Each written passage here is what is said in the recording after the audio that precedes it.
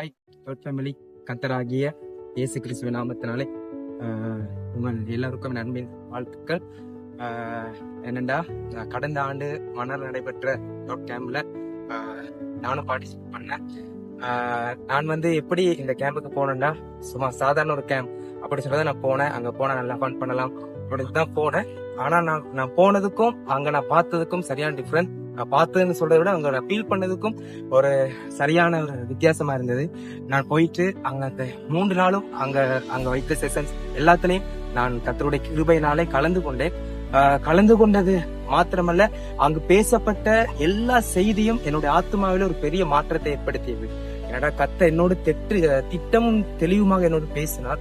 நான் எப்படி இந்த கடைசி நாட்களில் செயற்பட வேண்டும், நான் ஒரு வாலிபனா இருந்து கர்த்தருக்காக என்ன காரியத்தை செய்ய வேண்டும் என்பதை குறித்து கர்த்தர் என்னோடு பேசினார். ஆகவே அதிலிருந்து நான் அந்த 3 நாள் அந்த கேம்பை அட்டென்ட் பண்ணதுக்கு வந்ததுக்கு அப்புறம் என்னுடைய ஆவிக்குரிய ஜீவியத்துல ஒரு பெரிய டேர்னிங் பாயிண்டை கர்த்தர் தாமே இந்த நாட்கள் ஏற்படுத்தினார்.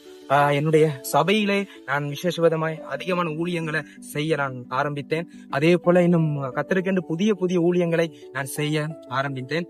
ஆகவே கர்த்தர் நான் உண்மையிலுமே நான் நினைச்சு கூட பார்க்கல, இப்படி ஆண்டவர் கிரியை செய்வாரா, என்ன மிகவும் பெரிதான காரியத்தை கர்த்தர் என்னுடைய அந்த கேம்ப்ல செய்தார்.